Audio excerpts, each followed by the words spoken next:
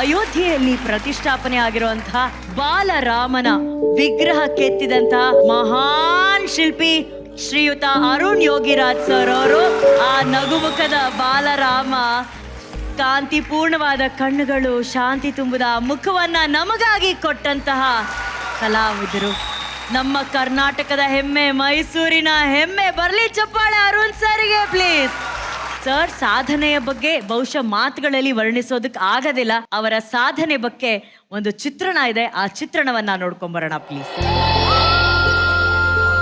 ಪ್ರಪಂಚದಲ್ಲೇ ಶಿಲ್ಪಕಲೆಗೆ ಹೆಸರಾದ ಸಾಂಸ್ಕೃತಿಕ ನೆಲ ನಮ್ಮ ಭಾರತ.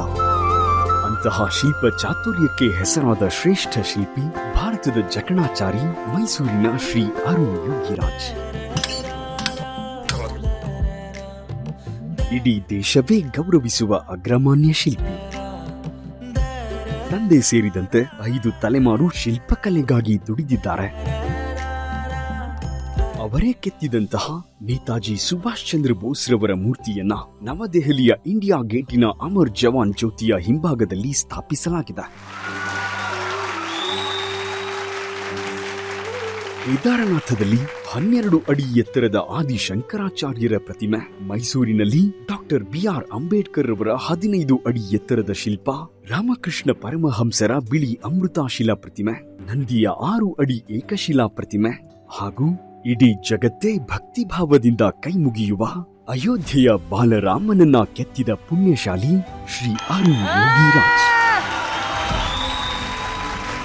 500 ವರ್ಷಗಳ ಕಾಯುವಿಕೆ, ದೇಶವೇ ಎದುರು ನೋಡುತ್ತಿದ್ದ ರಾಮಲಲ್ಲಾನನ್ನ ಕೆತ್ತಿ ನಿಲ್ಲಿಸಿದ ಕೀರ್ತಿ ಇವರಿಗೆ ಸಲ್ಲುತ್ತದೆ. ಕರ್ನಾಟಕ ಸರ್ಕಾರದ ಜಕಣಾಚಾರಿ ಪ್ರಶಸ್ತಿಯನ್ನ ಪಡೆದ ಈ ಶಿಲ್ಪ ಸಾರ್ವಭೌಮ ಕನ್ನಡಿಗರ ಹೆಮ್ಮೆ ಶ್ರೀ ಅರುಣ್ ಯೋಗಿರಾಜ್ ರವರ ಸಾಧನೆಯನ್ನ ಗೌರವಿಸುತ್ತಿದೆ ಡ್ಯಾನ್ಸ್ ಕರ್ನಾಟಕ ಡ್ಯಾನ್ಸ್ ವೇದಿಕೆ. ಅರುಣ್ ಯೋಗಿರಾಜ್ ಸರ್ಗೆ ಬರಲಿ ಚಪ್ಪಾಳೆ. ನೀವು ಕೆತ್ತಿದಂತಹ ಆ ಬಾಲರಾಮ ಕೋಟ್ಯಾಂತರ ಭಕ್ತರಿಂದ ಇವತ್ತು ಪೂಜೆಗೊಳ್ತಾ ಇದೆ ಸರ್. ಇದರ ಒಂದು ಸಂದರ್ಭ ಹೇಗಿತ್ತು ನೀವು ಆ ಕೆತ್ತಬೇಕಾದ್ರೆ ಆದಂತಹ ಒಂದು ಡಿವೈನ್ ಎಕ್ಸ್ಪೀರಿಯನ್ಸ್? ಈ ಒಂದು ಅವಕಾಶ ನಮ್ಮ ಶಿಲ್ಪ ಕುಟುಂಬ ಸುಮಾರು 300 ವರ್ಷಗಳಿಂದ ಕೆಲಸ ಮಾಡ್ತಾ ಬರ್ತಾ ಇದ್ದೆ. ಅವರೆಲ್ಲ ಶ್ರಮಕ್ಕೆ ಸಿಕ್ಕ ಫಲ ಇದು. ರಾಮನಲ್ಲ ವಿಗ್ರಹ ಕೆತ್ತನೆ ಮಾಡಬೇಕಾದ್ರೆ ನಮ್ಮ ಮನಸ್ಥಿತಿ ಹೇಗಿತ್ತು ಅಂದ್ರೆ, ನಾನು ಕೆತ್ತತೀನಿ ಅಂದ್ರೆ ಅದು ಆಗುವಂತ ಕೆಲಸ ಅಲ್ಲ. ನಾನು ರಾಮಲಲ್ಲಾರ ಮೇಲೆ ಜವಾಬ್ದಾರಿ ಹಾಕ್ಬಿಟ್ಟೆ, ನಿಮ್ಗೆ ಏನ್ ಬೇಕು ಮಾಡಿಸ್ಕೊಳ್ಳಿ ಅಂತ ನನ್ನ ಮನಸ್ಥಿತಿಯಲ್ಲಿ. ಜೊತೆಗೆ ಇದೇ ಕೆಲಸನ ನಮ್ಮ ಪೂರ್ವಜರು ಆ ಕಾಲದಿಂದ ಮಾಡ್ತಾ ಬರ್ತಿದ್ದಾರೆ. ಅದರಿಂದ ನೀವು ನೋಡ್ಬೋದು, ಯಾವುದೇ ದೇವಸ್ಥಾನದಲ್ಲಿ ಯಾವ ಶಿಲ್ಪಿ ಹೆಸರು ಇಲ್ಲ. ಯಾಕಂದ್ರೆ ಅದು ದೇವ್ರು ಮಾಡಿಸ್ಕೊಂತಾರೆ ನಮ್ಮ ಹತ್ರ ಅನ್ನೋ ಭಾವನೆ ಅಷ್ಟೇ, ನಾನ್ ಮಾಡ್ದೆ ಅನ್ನೋ ಭಾವನೆ ಅಲ್ಲ. ಸರ್, ನೀವು ಕೆತ್ತಿದಂತಹ ಈ ಬಾಲರಾಮನ ಚಿತ್ರಣ, ಆ ಕಲ್ಪನೆ ನಿಮಗೆ ಹೇಗ್ ಮೂಡು ಬಂತು? ನಮಗೆ ಅಯೋಧ್ಯೆಯಲ್ಲಿ ಲಿಖಿತವಾಗಿ ಒಂದು 3-4 ಅಂಶಗಳನ್ನ ಕೊಟ್ಟಿರ್ತಾರೆ. ಅವ್ರು 5ರಿಂದ 8 ವರ್ಷದ ಬಾಲಕನ ರೂಪದಲ್ಲಿ ಇರಬೇಕು, ಹಾಗೆ ಪಾದದಿಂದ ಹಣೆ ತನಕ ಇಷ್ಟು ಇರಬೇಕು ಅಂತ ಮಾತ್ರ ಕೊಟ್ಬಿಡ್ತಾರೆ. ಆಗ ನಾವು ಒಂದು ರಿಕ್ವೆಸ್ಟ್ ಮಾಡ್ತೀನಿ ಅಲ್ಲಿ ಕಮಿಟಿ ಅವರಿಗೆ, ನಾವು ಯಾವುದೇ ಮಾಡೆಲ್ ನ ಮಾಡೋದು ಬೇಡ, ನಾವು ರಾಮನನ್ನ ಹುಡ್ಕೋಣ ಇಲ್ಲಿ ಕಲ್ಲಲ್ಲಿ ಸರ್ ಒಂದು ಅಂತ ರಿಕ್ವೆಸ್ಟ್ ಮಾಡ್ತೀನಿ ಕಮಿಟಿ ಅವ್ರಿಗೆ. ಅವ್ರು ಏನಕ್ಕೆ ಈ ಸಣ್ಣ ಹುಡುಗನ ಮಾತನ್ನ ಕೇಳಿದ್ರು, ಮಾಡೆಲ್ ಮಾಡ್ದೇನೆ ಏನಕ್ಕೆ ನನಗೆ ವಿಗ್ರಹ ಮಾಡ್ಲಿಕ್ಕೆ ನಮಗೆಲ್ಲರಿಗೂ ಅವಕಾಶ ಮಾಡಿಕೊಟ್ರು, ಅದಕ್ಕೆ ಉತ್ತರ ನನಗೆ ಗೊತ್ತಿಲ್ಲ. 3 ಜನ ಕಲಾವಿದರು ಆಯ್ಕೆ ಆಗ್ತಾರೆ, ಅದರಲ್ಲಿ ನಾನೇ ಯಂಗೆಸ್ಟ್ ಸಹ ಹೌದು. ನಾವೊಂದು ಅವತ್ತೊಂದು ದಿವಸ ನೀವ್ ಹೇಗೆ ಒಂದು ಮೂರ್ತಿ ಮಾಡ್ತೀರಾ ಅಂತ ನಮಗೆ ಒಂದು ಆನ್ಸರ್ ಮಾಡ್ಲಿಕ್ಕೆ ಒಂದು ಲೆಟರ್ ಕೊಟ್ಟಿರ್ತಾರೆ, ನಮಗೆ ಒಂದು ಚೀಟಿ ಕೊಟ್ಟಿರ್ತಾರೆ, ಖಾಲಿ ಚೀಟಿ. ನಾ ಪಾಯಿಂಟ್ಸ್ ನ ಬರ್ದಿಟ್ಟಿದ್ದೆ, ನನಗೆ ಅದು ಮರ್ತೋಗಿತ್ತು. 2ನೇ ಬಾರಿ ಹೋದಾಗ ನಾ ಏನ್ ಬರ್ದಿದ್ದೆ ಆ ಕಾಪಿನ ನನಗೆ ಅಲ್ಲಿನ ಸೆಕ್ರೆಟರಿ ಚಂಪತ್ರಾಯ್ ಅವ್ರು ಕೊಡ್ತಾರೆ.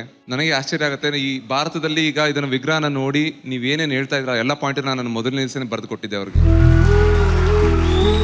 ನಾವು ಕಲ್ಲಿನಲ್ಲಿ ಅವ್ರನ್ನ ಜೀವಂತವಾಗಿ ಹುಡುಕ್ತೀನಿ, ಪ್ರತಿಯೊಬ್ಬರಿಗೂ ದರ್ಶನ ಕೊಡೋದಕ್ಕೆ ಸಿನ್ಸಿಯರ್ ಪ್ರಯತ್ನ ಮಾಡೇ ಮಾಡ್ತೀನಿ. ಅದ್ ಏನೇನ್ ಮನಸ್ಸಿಗೆ ಬಂದಿದ್ದ ಆ ಟೈಮ್ ನಲ್ಲಿ ಬರ್ದಿರೋದು. ಈಗ ನಾನು ಭಾರತಾದ್ಯಂತ ಇದು ಆದ್ಮೇಲೆ ಎಲ್ಲಾ ಕಡೆ ಭೇಟಿ ನೀಡಿದಾಗ ರಾಮ ಭಕ್ತರಲ್ಲೂ ಸಹ ಅದೇ ನಾವೇನ್ ಅನ್ಕೊಂಡ್ ಮಾಡಿದ್ವಿ ಅದನ್ನ ಮಾಡಿಸ್ಕೊಂಡಿದ್ದಾರೆ ನಮ್ಮ ಹತ್ರ ಅಂತ ಹೇಳಲಿಕ್ಕೆ ಬಯಸ್ತೀನಿ. ಈ ಒಂದ್ ಸಂದರ್ಭದಲ್ಲಿ ನೀವು ಕೆತ್ತನೆ ಮಾಡ್ಬೇಕಾದ್ರೆ ಕಲ್ಲಿನ ಒಂದು ಸಣ್ಣ ಕಿಡಿ ನಿಮ್ಮ ಕಣ್ಣಿಗೆ ಹಾರತ್ತೆ. ಆ ರಾಮದೂತ ಬಂದು ಇಲ್ಲಿ ಆಶೀರ್ವಾದ ಮಾಡಿದ ಕ್ಷಣ ನಮಗ್ ಮೈ ಜುಮ್ ಅನ್ನತ್ತೆ. ನಿಮ್ಗೆ ಆದಂತ ಆ ಒಂದು ಎಕ್ಸ್ಪೀರಿಯನ್ಸ್ ಏನು ಸರ್? ಅದು ಕಲ್ಲು ತುಂಬಾ ಗಟ್ಟಿ ಇರೋದ್ರಿಂದ ಕೆಲವೊಮ್ಮೆ ಕಟ್ಟಿಂಗ್ ಮಿಷಿನ್ಸ್ ನ ಯೂಸ್ ಮಾಡ್ತೀವಿ. ಅಫ್ಕೋರ್ಸ್ ನಾವು ಸೇಫ್ಟಿ ಗ್ಲಾಸ್ ಹಾಕೊಂತೀವಿ. ಇನ್ನ ಚೆನ್ನಾಗಿ ನೋಡ್ಬೇಕು, ಸಾಲ್ತಾ ಇಲ್ಲ ಅನ್ನೋದಕ್ಕೆ ತೆಗೆದಿ ಮಾಡ್ಬೇಕಾದ್ರೆ ಸ್ವಲ್ಪ ಕಣ್ಣಿಗೆ ಏಟ್ ಆಗ್ಬಿಡತ್ತೆ. ಆಗ ಇಮಿಡಿಯೇಟ್ ಆಗಿ ಅಲ್ಲೇ ಒಂದು ಐ ಹಾಸ್ಪಿಟ್ಲಿಗೆ ಹೋಗಿ ಅದು ಟ್ರೀಟ್ಮೆಂಟ್ ತಗೊಂತೀವಿ. ನೀವ್ ಅಂದಂಗೆ ರಾಮರ ಆಶೀರ್ವಾದ ಜಾಸ್ತಿ ಏನು ಅಂತ ಏಟ್ ಆಗಿರ್ಲಿಲ್ಲ. ಮೋಸ್ಟ್ಲಿ ನನ್ನ ಈ ಭೂಮಿಲಿ ಹುಟ್ಟಿದ ಕಾರಣನೇ ಇದಿರ್ಬೋದೇನೋ. ಒಂದಲ್ಲ ಒಂದು ಅವಕಾಶಗಳನ್ನ ನೀಡಿ ನಮಗೆ ನಮ್ಮ ಕೈಲಿ ಮಾಡಿಸ್ಕೊಂತಿದ್ದಾರೆ. ಆ ಒಂದು ಕೆಲಸ ಇನ್ನ ಶ್ರದ್ಧೆಯಿಂದ ಮುಂದೆ ಮಾಡ್ಕೊಂಡು ಹೋಗ್ತೀನಿ ಅಂತ ಈ ಒಂದು ವೇದಿಕೆ ಹೇಳಲಿಕ್ಕೆ ಇಷ್ಟಪಡ್ತೀನಿ. ಅಂದ್ರೆ ಒಂದು ಶಿಲೆಗೆ ರೂಪ ಕೊಟ್ಟು ನಮಗೆ ಬಾಲರಾಮನನ್ನ ಕೊಟ್ಟಿದ್ದಾರೆ ಅರುಣ್ ಸರ್. ಸರ್, ಅಯೋಧ್ಯೆಯಲ್ಲಿ ನೆಲೆಸಿರುವಂತಹ ಆ ಬಾಲರಾಮನನ್ನ ಕೊಟ್ಟಿದ್ ನೀವು. ಸೊ ಇವತ್ತು ಇಲ್ಲಿ ನಮ್ಮ ಪ್ರಕಾರ ಅಯೋಧ್ಯೆಗೆ ನನಗೆ ಹೋಗಕ್ ಅವಕಾಶ ಸಿಕ್ಕಿಲ್ಲ ಅಂದ್ರೂ ಈ ಕೈಗಳಿದೆಯಲ್ಲ, ಆ ಕೈಗಳಿಗೆ ನಾವು ನಮಿಸ್ಬಿಡ್ತೀವಿ ಸರ್.